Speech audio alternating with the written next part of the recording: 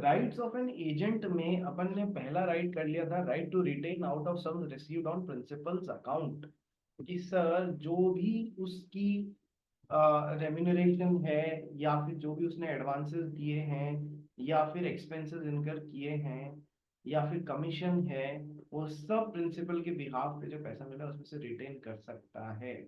ठीक है sir. Right to remuneration है उसका, कि सर कोई अमाउंट एग्री हुआ है तो उसको मिलना चाहिए, कोई अमाउंट एग्री नहीं हुआ है तो सर जो भी रेम्यूनरेशन कस्टमरी उसमें मिलना चाहिए, उतना कस्टमरी प्रैक्टिस उस बिजनेस का उतना मिलना चाहिए उसको।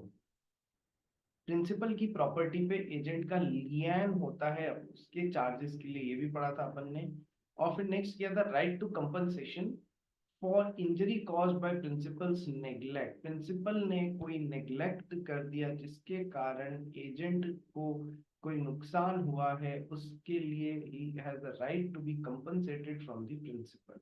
ये चार कर लिए थे। अब अपने को ये फोर्थ वन यानी कि फिफ्थ वाला पॉइंट करना है, राइट टू इंडेमनिटी। इंडेमनिटी का मतलब क्या होता है कि सर इंडेमनिटी का मतलब होता है to make good the losses, to make good the losses. ठीक है, ध्यान रखना। तो सर एजेंट का कुछ तीन एक जगहों पर राइट होता है प्रिंसिपल से इंडेमनिफिकेशन पाने का। सर आइए पढ़ते हैं right to indemnity of the agent. First पढ़ भाई, कौन पढ़ेगा? देवांश जी आप पढ़ेंगे? नेट सही है आपके यहाँ पर? देवांश कहाँ चला गया? अभी तो था क्लास में। ठीक है, जश शाह आप पढ़िए हमारे लिए, राइट टू इंडेमनिटी का पॉइंट है। Yes, sir. Right to indemnification for lawful acts. Section 222. The principal is bound to indemnify the agent against all consequences of lawful acts done in excess of his authority. Example. देखिए sir principal ने agent को कुछ rights या authorities दी थी। ठीक है, कि तू जो भी खर्चा करेगा इसके लिए 3 लाख रुपए तक का खर्चा कर सकता है, वो मैं सब तेरे को रिimburse कर दूंगा। तो सर यदि उसने 3 लाख तक का खर्चा किया है जो भी एजेंसी बिजनेस था उसके ऊपर, तो फिर प्रिंसिपल जो है यदि उसको पैसा नहीं दे रहा है, he has the right to get indemnified from the principal, यानी कि उस खर्चे के लिए वो प्रिंसिपल से इंडेमनिटी डिमांड कर सकता है कि लाओ भाई पैसा दो, मैंने तुम्हारे लिए 1.5 लाख रुपए 2 लाख रुपए खर्च किए हैं, ये सब मेरे को रिimburse करो, इंडेमनिफाई किया है तुमने मेरे को for all these expenses. Sir उसने दायरे के अंदर रह के जो भी काम किया है उसके लिए इंडेमनिटी है, दायरे के बाहर जाके काम किया है तो ना। Okay, so right of indemnification for lawful acts, जो भी सही काम किए हैं सर उसके लिए, ये सारे पॉइंट्स आपस में तुम देखोगे कहीं ना कहीं इंटरकनेक्टेड हो रहे हैं। ठीक है, लॉफुल काम जो भी किए हैं इन एक्सरसाइज ऑफ हिज अथॉरिटी, उन सब के लिए वो इंडेमनिफिकेशन ले सकता है। अब सर जैसे मान लो हमारा जज शाह है, ठीक है सर, जज शाह इज द प्रिंसिपल, इसने एक एजेंट अपॉइंट किया कनव को।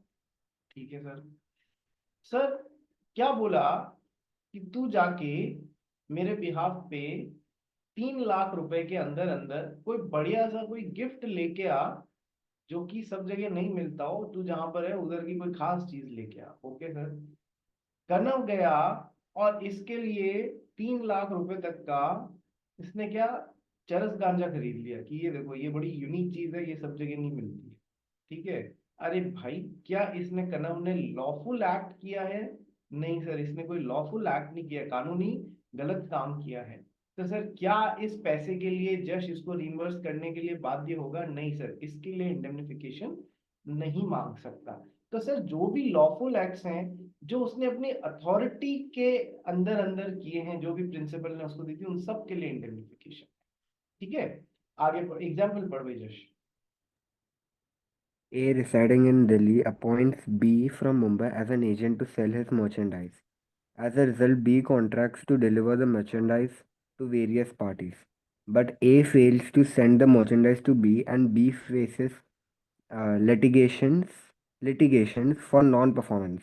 अब A bound to protect B against the litigation plus cost plus expenses. ठीक है, क्या मतलब है कि सर ए जो दिल्ली में रहता है उसने बी जो मुंबई में रहता है उसको अपॉइंट किया कि मेरा ये मर्चेंडाइज है, तू ग्राहक ढूंढ और बेच दे, जब कोई ग्राहक लग जाएगा तो मैं ये चीज यहाँ से रवाना करके तेरे को भेज दूँ।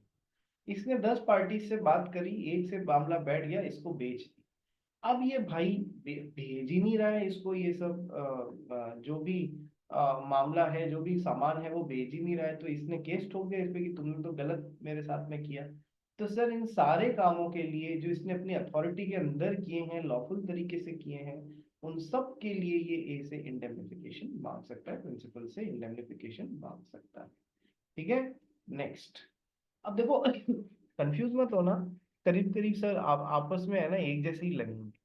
Next, right of indemnification against acts done in good faith, पढ़ भाई इसको। Rights of indemnification against acts done in good faith, section 223. Where the agent acts in good faith on the instruction of principal, agent is entitled to indemnification of any losses or damage from the principal. Example पढ़ कि sir जहां पर भी agent ने principal के ऊपर विश्वास करके गुड फेथ में उसके इंस्ट्रक्शंस को मान लिया, उसके कारण एजेंट को कोई भी नुकसान हो गया, तो वो सब प्रिंसिपल उसको रिइंबर्स करेगा, उसके लिए इंडेमनिफाई करेगा। एग्जाम्पल पढ़ो। P appoints A as his agent to sell certain goods which did not belong to P. If third parties sue A for this act, A, A is entitled for reimbursement and indemnification for such act done in good faith. देखो However, the agent cannot claim any reimbursement or indemnification for any loss, etc., arising out of the acts done by him in violation of any penal laws of the country. Penal laws of the country, जिसमें जिन कामों को करने के लिए criminal laws बोल लो या penalty वाले लॉज बोल लो, जिनको करना कानून गलत मानता है, ठीक है, जिनके लिए पेनल्टी लगती है आपके ऊपर, उन कामों के लिए इंडेमनिफिकेशन नहीं मांगा जा सकता। अब पॉइंट क्या है कि सर एजेंट ने प्रिंसिपल के ऊपर विश्वास करके गुड फेथ में उसके लिए काम कर दिया, ठीक है, तो फिर सर इंडेमनिफिकेशन लगेगा। सर जैसे कि जस शाह ने, प्रिंसिपल है, कनव को ऐसा माल बेचने के लिए दे दिया जो जश का था ही नहीं, चोरी का माल था। कनव ने विश्वास कर लिया कि ये माल तो इसी का होगा और आगे बेच के आ गया। बाद में जब ओरिजिनल ओनर को पता पड़ा कि कनव ने बेचा है और इससे बिचवाया है, तो इसने क्या मतलब, या कनव ने बेचा है तो ओरिजिनल ओनर ने कनव के ऊपर केस ठोक दिया कि इसने मेरा माल चोरी किया। ठीक है सर, ऐसे कोई केस में सर कनव जो है वो अपना, क्योंकि इसने गुड फेथ में जज के ऊपर विश्वास कर लिया कि सर माल इसी का होगा तभी बेचने के लिए दे रहा है, गुड फेथ में उसने ये काम कर दिया, सर इसके लिए इंडेमनिफिकेशन डिमांड कर सकता है। ठीक है, अब सर डिड नॉट बिलोंग वाला एग्जांपल तो मैंने आपको दे दिया। नेक्स्ट पॉइंट क्या है, ये और ये पॉइंट बिल्कुल मिलते जुलते हैं। However the agent can not claim any reimbursement और indemnification for a loss arising out of acts done by him in violation of any penal laws of the country। कि सर पेनल्टी वाला कोई काम किया है, क्रिमिनलिटी वाला कोई काम किया है जिसके लिए पनिशमेंट मिलता है, सर उसके लिए आप इंडेमनिफिकेशन नहीं मांग सकते हैं। कैसे, आओ समझाता हूं। यही पॉइंट, यही एग्जांपल इस पॉइंट में भी लग जाएगा। Non liability of employer of agent to do a criminal act, यही इसी में लग जाएगा। मैं अभी समझाता हूं कैसे। कि सर मान लो प्रिंसिपल जो है जश, उसको एक जने पे बड़ी खुंदस थी।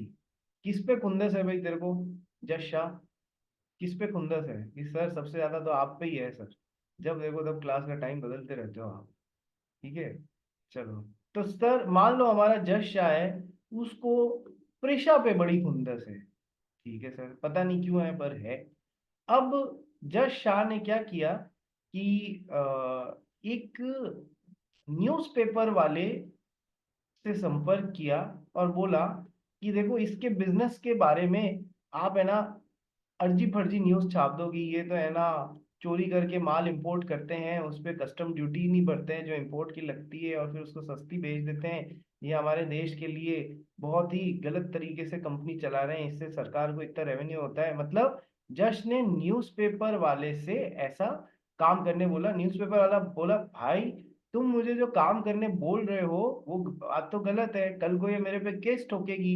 किसके लिए? मानहानि का केस ठोकेगी। मानहानि मतलब समझते हो कि मेरे को बदनाम किया इसने फालतू में, ठीक है। तो फिर क्या, जज बोला मैं तेरे को इंडेमनीफाई कर दूंगा उस काम के लिए, जितना भी वो 10 लाख 20 लाख 50 लाख रुपए के लिए तेरे पे केस ठोकती है उतना मैं तेरे को दे दूंगा। सर ये है ना पेनल्टी है, इसको लीगल टर्म्स में क्या बोलते हैं? लिबेल। इसको लीगल टर्म्स में, ये जो काम न्यूज़पेपर वाले से करवाने को बोल रहे हो ना, इसको लिबेल बोलते हैं। लिबेल मतलब किसी के बारे में अंट शंट बेकार बिना सर पैर की खबर छाप देना उसको फालतू बदनाम करने के लिए। सर इट्स अ क्राइम जिसके लिए पेनल्टी है, ठीक है। तो सर ऐसा काम जो आपने एजेंट बन के किसी के लिए किया है, जो मतलब जिसके लिए पेनल्टी या क्राइम है, तो सर उसके लिए आप जज से प्रिंसिपल से इंडेमनिफिकेशन नहीं मांग सकते हो, ठीक है। भले गुड फेथ में ये गुड फेथ वाला पॉइंट अलग हो गया, ये एक्चुअली इधर से कनेक्टेड है। जश शाह बोलो क्या हो गया? सर अभी अलाउड नहीं है, पर अगर वो फिर एक बार न्यूज़पेपर ने भर न्यूज़ पे लाइक जो भी न्यूज़ वाला था उसने भर भी दिया कि ये लो पैसे, और फिर हाँ, वो पीछे like after some day like वो अंडर द टेबल मेरे से वो पैसे ले ले, तो फिर क्या ही पता चलेगा। अंडर द टेबल कौन किससे पैसे ले ले? न्यूज़ वाला मेरे से, मैं उसको इंडेमनीफाई करूंगा पर तू इलीगली। तू कर रहा है? नहीं, इंडेमनिफिकेशन लीगली इलीगली की बात नहीं है। मान ले तू इंडेमनिफिकेशन करने के लिए अड़ गया कि मैं तो करूँ ही नहीं। जज शाह ने न्यूज़पेपर वाले से बोला था कि तू उसके बारे में अंट शंट अखबार में छाप दे उसकी कंपनी के बारे में, तो मेरी कंपनी जो है कॉम्पिटिटर है, तो मेरे को फायदा हो जाएगा, ठीक है। तो सर इंडेमनिफिकेशन का वादा तो हुआ है न्यूज़पेपर वाले से, बट सर ये लिबेल के लिए है। लिबेल के लिए मतलब कि सर क्रिमिनल एक्ट के लिए है। यानी कि कोई क्राइम को सपोर्ट करने के लिए काम बन रहा है। तो सर ये कैसा एग्रीमेंट हुआ जश? इलीगल एग्रीमेंट हुआ या वॉइड एग्रीमेंट हुआ? वर्ड एग्रीमेंट में अब इसने कर भी दिया, तेरे से कहीं कहीं छाप भी दिया, ठीक है, और तूने इसको पैसा नहीं दिया, तो क्या ये कोर्ट में एनफोर्स करा पाएगा वर्ड एग्रीमेंट या इलीगल एग्रीमेंट को? नहीं सर, ठीक है। पॉइंट ये है कि इसका राइट बनता है इंडेमनिफिकेशन का, लेकिन नॉट फॉर क्रिमिनल एक्ट्स। तूने नहीं दिया पैसा तो ये क्या उखाड़ लेगा तेरा? कुछ नहीं उखाड़ सकता। बस इतना होगा एंड में तेरे बारे में भी अंटे शंटे छाप, ठीक है कि, और कुछ नहीं कर सकता। चलिए सिमिलर पॉइंट पे यही पॉइंट है एक्चुअल में, यहाँ कहीं कनेक्ट होना चाहिए था। और non liability of employer of agent to do a criminal act. Sir criminal act के लिए कोई एजेंट अपॉइंट किया है प्रिंसिपल ने, उसके लिए कोई इंडेमनिफिकेशन प्रिंसिपल एजेंट को करने के लिए बाउंडेड नहीं है। पढ़ना है इसको। Non liability of employer of agent to do a criminal act, section 224.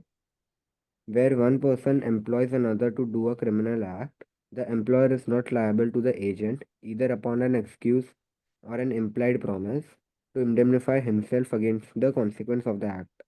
Sir जहां पर आपने कोई क्राइम करने के लिए एजेंट को अपॉइंट किया है, वहां पर वो एजेंट इंडेमनिफिकेशन नहीं मांग सकता। भले ही आपने जो भी किया उसने सब फॉलो किया, आपकी अथॉरिटी के अंदर अंदर ही काम किया, तो भी वो नहीं मांग सकता। तो अभी समझाए, एग्जाम्पल पढ़ भी। A employs B to beat C and agrees to indemnify him against all consequences of the act. B thereupon beats C and has to pay damages to C for doing so. A is not liable to indemnify B for those damages. ठीक है। जज शाह ने किसको, कनव को किसी को पीटने के लिए, कि जा उसको पिटाई लगा के एम्प्लॉय किया कि तेरे को जो भी प्रॉब्लम आएगी मैं देख लूंगा, I will इंडेमनिफाई। Sir legally indemnification demand नहीं किया जा सकता, क्रिमिनल एक्ट हो रहा है यहाँ पर इसलिए। ठीक है, तो ये लास्ट राइट जो बच गया था वो करा दिया, राइट्स ऑफ एन एजेंट। हमने क्या क्या कर लिया रे? सर हमने कर लिया ड्यूटीज या लाइबिलिटीज या obligations of an agent. Second part अपन ने कर लिया राइट्स ऑफ एन एजेंट। पांचों के पांचों अपन ने कंप्लीट कर लिया। अब अपन चलते हैं आगे। Sir liabilities of principal to the third parties. देखो, चूंकि प्रिंसिपल थर्ड पार्टी से डायरेक्ट कनेक्शन में नहीं आ रहा है, बीच में एक कनेक्टिंग लिंक है एजेंट, ठीक है सर। कॉन्ट्रैक्ट किस किस के बीच में बन रहा है सर? एजेंट और थर्ड पार्टी के बीच में बन रहा है, ठीक है सर। तो सर प्रिंसिपल की लाइबिलिटी है क्या थर्ड पार्टी की प्रति? सर यदि सब कुछ सही तरीके से हुआ है, तो ये एजेंट रिप्रेजेंट किसको कर रहा है कि सर प्रिंसिपल को ही तो रिप्रेजेंट कर रहा है। तो सर ऐसा ही तो हुआ, एजेंट काम वही कर रहा है जैसे इन दोनों को आपस में कॉन्ट्रैक्ट बनवा दिया हो। यस सर, तो क्या प्रिंसिपल थर्ड पार्टी को लायबल होंगे या नहीं होंगे सर?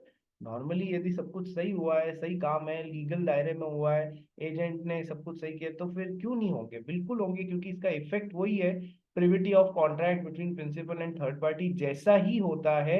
जैसे एजेंट ने जो भी कॉन्ट्रैक्ट बनाया है वो वैसा ही है जैसे प्रिंसिपल और थर्ड पार्टी ने आपस में बनाया, because agent is representing the principal. The liability of the principal to the third party, कुछ पॉइंट्स है, आइए पढ़ते हैं। An agent acts on behalf of the principal, but he is not personally liable.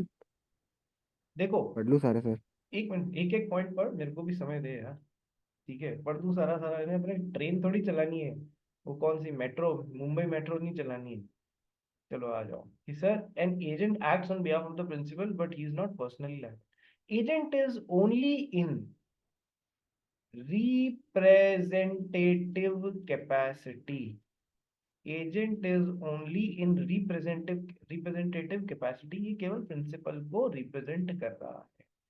तो सर नॉर्मली जो भी काम इसने दायरे में रह के किया है थर्ड पार्टी के साथ में ऑन बिहाफ ऑफ प्रिंसिपल, क्या उसके लिए पर्सनली लायबल होगा? नहीं sir, he is just into representative capacity. हाँ, कुछ एक्सेप्शंस हैं जहां पर एजेंट भी पर्सनली लायबल होगा, वो पढ़ेंगे अपन।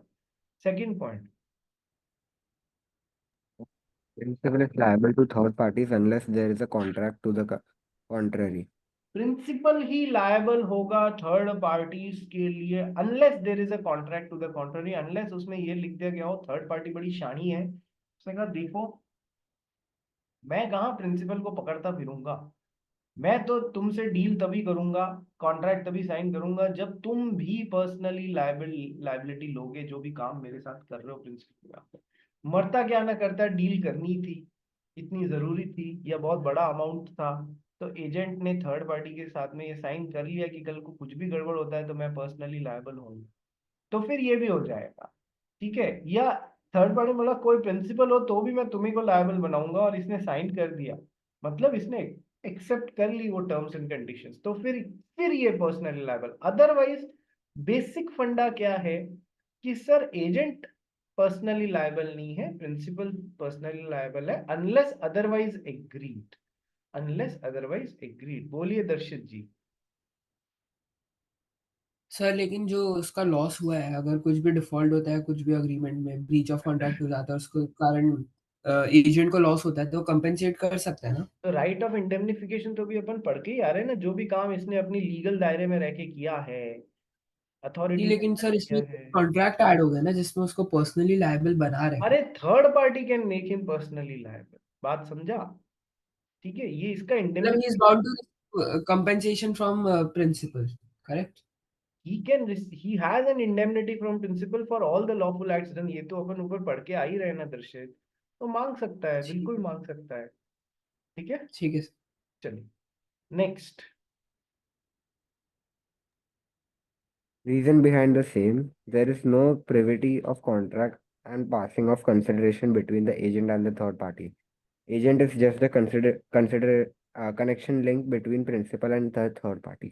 देखो, क्यों हम ये फर्स्ट पॉइंट बोलते हैं agent acts on behalf of principal but he is not personally liable, क्योंकि privity of contract and passing of consideration between agent and third party. देखो, एजेंट जो भी थर्ड पार्टी के साथ में बना रहा है वो एक्चुअल में प्रिंसिपल के रिप्रेजेंटेटिव कैपेसिटी में थर्ड पार्टी के साथ में कॉन्ट्रैक्ट बना रहा है, इसलिए ये पर्सनली लायबल नहीं होगा, बिकॉज इसको रिप्रेजेंट करते हुए बना रहा है। जो भी गड़बड़ हुआ है वो मान के चला जाएगा इसने किया है। ठीक है, तो third party can always held principal liable जब तक कि अनलेस अदरवाइज प्रूव कि नहीं एजेंट ने बेटे ने बीच में कुछ गड़बड़ करी है, तब तक नहीं। ठीक है, तो sir third party can always hold principal liable, क्योंकि ये एक्चुअल में जो प्रिविटी ऑफ कॉन्ट्रैक्ट बनवा रहा है ये सर प्रिंसिपल और थर्ड पार्टी के बीच में। मोर ओवर कंसिडरेशन जो ये इधर से इधर पास कर रहा है वो ये नहीं प्रिंसिपल के बिहाफ पे पास हो रहा है, इसलिए। खैर सेकंड पॉइंट इतना इंपॉर्टेंट नहीं है, फर्स्ट पॉइंट ज्यादा इंपॉर्टेंट है। Next, An agent also cannot personally enforce contracts into by him on behalf of the principal. देखो इस लाइन का बहुत गहरा मतलब है। An agent also cannot personally enforce contracts entered into by him on behalf of the principal. Sir, principal के behalf पे agent ने थर्ड पार्टी के साथ में कॉन्ट्रैक्ट बना तो लिया, पर ये किसके बिहाफ पे है? प्रिंसिपल के रिप्रेजेंटेटिव कैपेसिटी के। तो सर एक्चुअल में कॉन्ट्रैक्ट किस किस के बीच में रहा है? सर प्रिंसिपल और थर्ड पार्टी के बीच में। सर एजेंट है मिस्टर कनव, प्रिंसिपल है मिस्टर जश, ठीक है।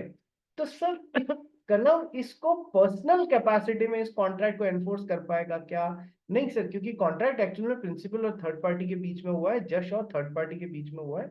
हाँ, ये एजेंट की कैपेसिटी में जरूर एनफोर्स कर सकता है कनव, कि मैं तो एजेंट जैसे प्रिंसिपल के बिहाफ पे इस कॉन्ट्रैक्ट को एनफोर्स कर रहा हूँ, थर्ड पार्टी ने तोड़ दिया इसलिए। सो एजेंट कनव can enforce this contract into agent's capacity but not in personal capacity of कनव। बात समझ में आई वहां क्या लिखा हुआ है और उसका क्या मतलब है?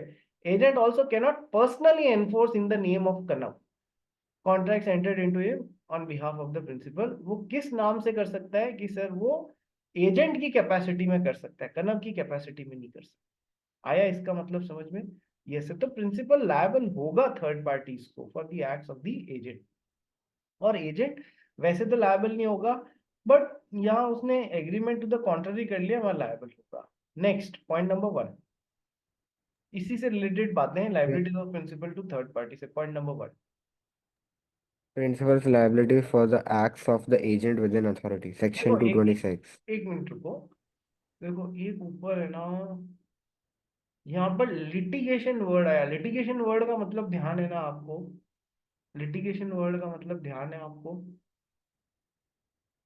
तो पूछा क्यों नहीं रहे? लिटिगेशन लॉ के स्टूडेंट हो, लिटिगेशन वर्ड का मतलब नहीं आया, पूछते ही नहीं हो, धड़ाधड़ आगे बढ़ते जा रहे हो। मतलब नहीं है सर हमको। लिटिगेशन का मतलब होता है केस, केस ठोक देना एक दूसरे पे, स्यू कर देना, केस कर देना, लिटिगेशन। ठीक है, चलो नेक्स्ट। अब अपने को दो एंगल पढ़ने हैं।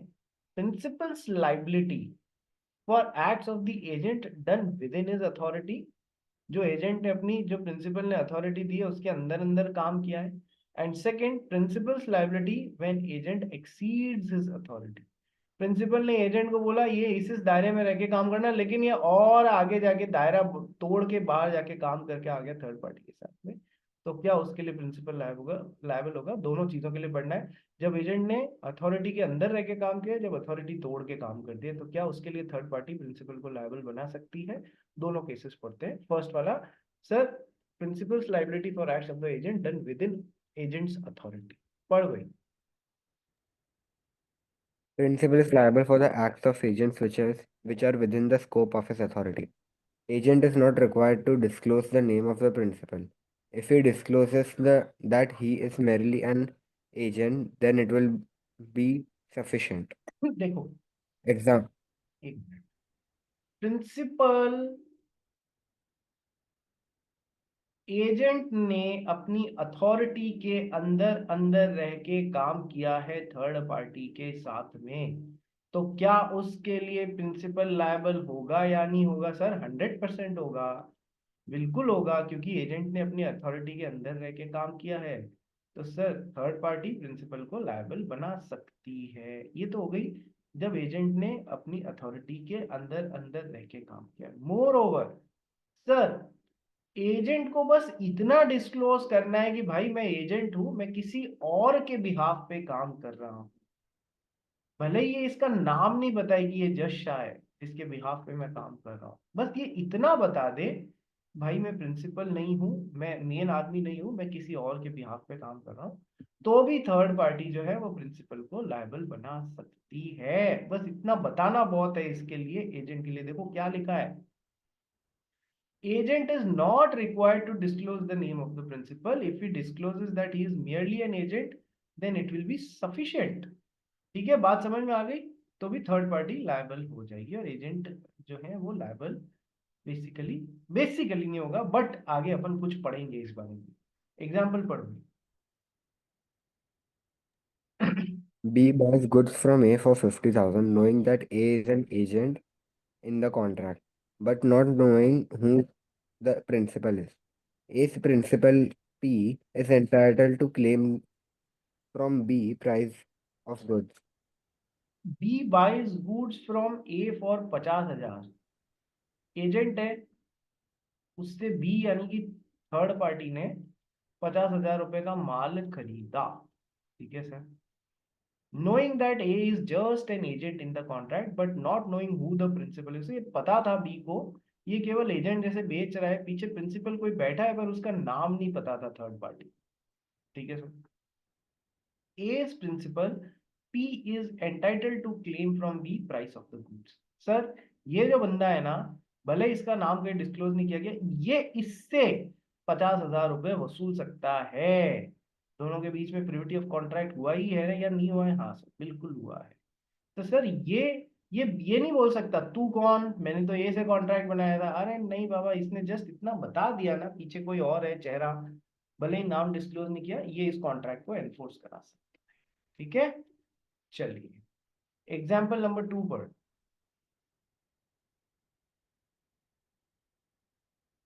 जश, जश,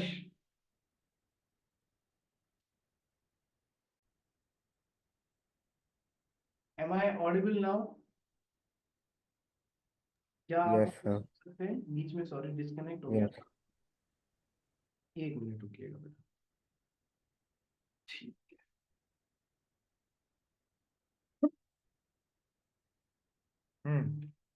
सर एग्जाम्पल नंबर 2 पढ़ यार जश, ये वाला। Yes, sir. Suppose in the above example, B had the right to recover 10,000 from A, but now B cannot claim set off of this amount from the money payable to P. देखो उसी above वाले example में, ऊपर वाले example में B कौन है कि सर थर्ड पार्टी। ठीक है सर। अबव एग्जाम्पल में बी को 50,000 रुपए का माल खरीदा था बी ने, तो सर प्रिंसिपल क्लेम कर सकता है कि हाँ सर 50,000 रुपए क्लेम कर सकता है। बस उसका ये बताना बहुत है एजेंट का कि मैं तो प्रिंसिपल के बिहाफ पे काम कर रहा हूँ, भले ही नाम नहीं बताया। ठीक है सर। अब अबव एग्जाम्पल में B had a right to recover 10,000 from A.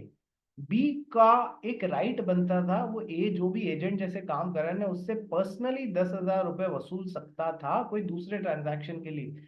Generally क्या होता है सर, आपको किसी को 50,000 रुपए देने हैं और आपको उससे 10,000 रुपए लेने हैं, तो सर सेट ऑफ हो गए केवल 40,000 रुपीज का ट्रांजैक्शन होता है ना। यस सर, सेट ऑफ के बाद में ओनली 40,000 होता है। बट ऐसी सिचुएशन में जो अभी अपन ने ऊपर पढ़ी है, जहां पर बी को पेमेंट तो 50,000 रुपए का करना है पी को, और बी को ए से 10,000 रुपए का कोई दूसरा पेमेंट लेना है, तो वो वहां पर सेट ऑफ क्लेम नहीं कर सकता।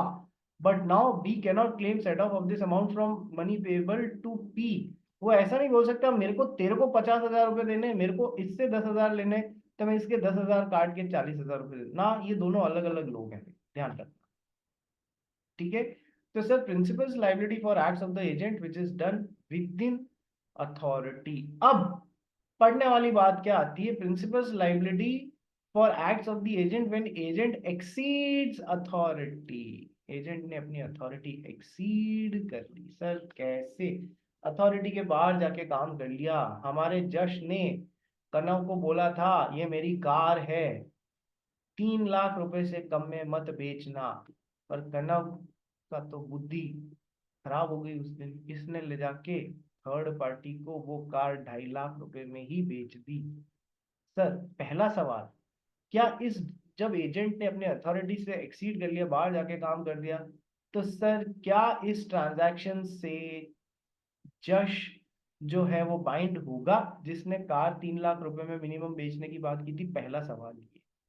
ठीक है सर। दूसरी बात कि सर जश ये जो नुकसान है, ये जो ट्रांजैक्शन है, इसको कैंसिल कर सकता है कॉन्ट्रैक्ट को थर्ड पार्टी के साथ में?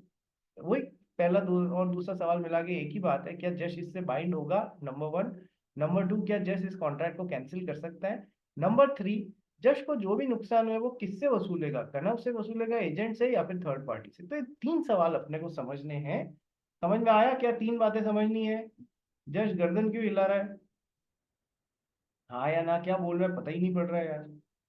कुछ नहीं सर, कुछ नहीं सर। कुछ नहीं, कुछ नहीं सर। शाम आते आते सर हमारे सारे है ना स्क्रू ढीले हो जाते हैं। यही बात है कि सर 1.5-2 घंटे एक साइड की ट्रैवलिंग रहती है जस्ट यार।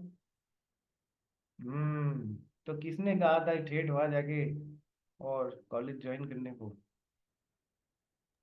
तो अच्छी कॉलेज थी नहीं सर इधर। अरे बाप रे। ठीक है, चलो कोई बात नहीं, it is your decision and we honour your decision. चलिए नेक्स्ट आगे। तो सर ये तीन चीजें अपने को समझनी है, और भी कुछ पॉइंट्स हैं जो अपने को समझने रहेंगे। ये काफी बड़ा एस्पेक्ट है, यह काफी बड़ा एस्पेक्ट है। तो आइए पढ़ना चालू करते हैं।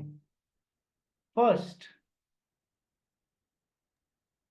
When the authorized and non-authorized parts are separable. Section 227. When an agent does more than he is authorized to do, and when the authorized and non-authorized acts are separable, then only the acts done by agent within his authority are binding, as between him and his principal. देखो इसको मैंने highlight किया है। Sir, as between him and principal, agent and principal, third party की बात नहीं कर रहा हूं। समझना इस बात को, जनरली क्या होता है अभी अपन पढ़ेंगे। सर, जश ने कनव को बोला मेरी कार 3 लाख से कम में मत बेचना, 3 लाख से ज्यादा मत बेचना। पर कनव तो कनव है, ये कनव ने ऋचा को ये कार मात्र 2.5 लाख रुपए में बेच दी।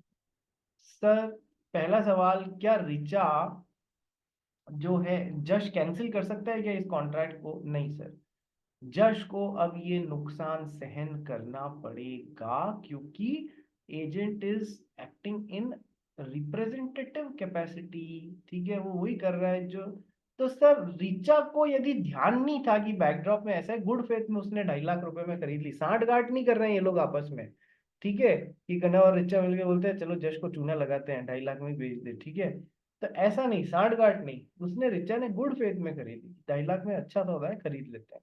ठीक है।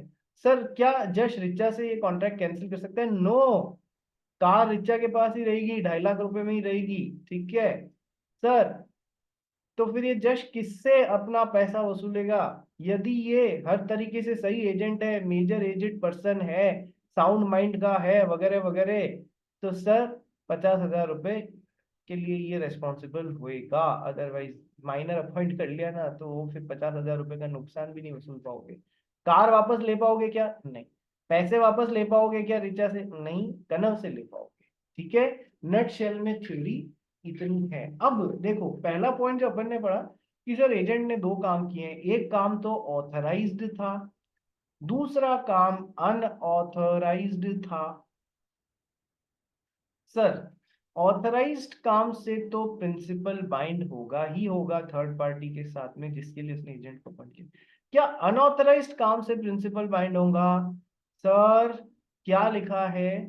Sir, when an agent does more than he is authorized to do, and when the authorized and non-authorized acts are separable, then only the acts done by agent within his authority are binding, as between him and the principal, not between the principal and the third party। समझना, एक बार example पढ़ फिर समझाता हूँ। B authorizes A to buy 500 sheep for him. B buys 500 sheep for 5 lakh and 200 cows for a sum of 4 lakh. B is liable to pay the agent for the sheep and not for the cow. देखो, जज शाह ने कनव को बोला जा मेरे घर में खाना है, तू मेरा एजेंट है, 100 किलो तो भिंडी लेके आ, लेडी फिंगर। ठीक है, 100 किलो भिंडी लेके आ। कनव अपनी मर्जी से ही 50 किलो गाजर और लेके आ। ठीक है, मर्जी से लेके आ गया। सर, इसको तो ऑथराइज्ड पार्ट कितना है सर? 100 किलो। क्या इसके लिए वो जज को रेस्पॉन्सिबल बना सकता है? सर बिल्कुल बना सकता है इसकी पेमेंट के लिए। अनऑथराइज्ड पार्ट क्या है? 50 किलो वाला। क्या जज ने इसकी अथॉरिटी कनव एजेंट को दी थी? नहीं सर। तो क्या इसका पैसा देने के लिए वो कनव को बाइंड होगा? नहीं सर।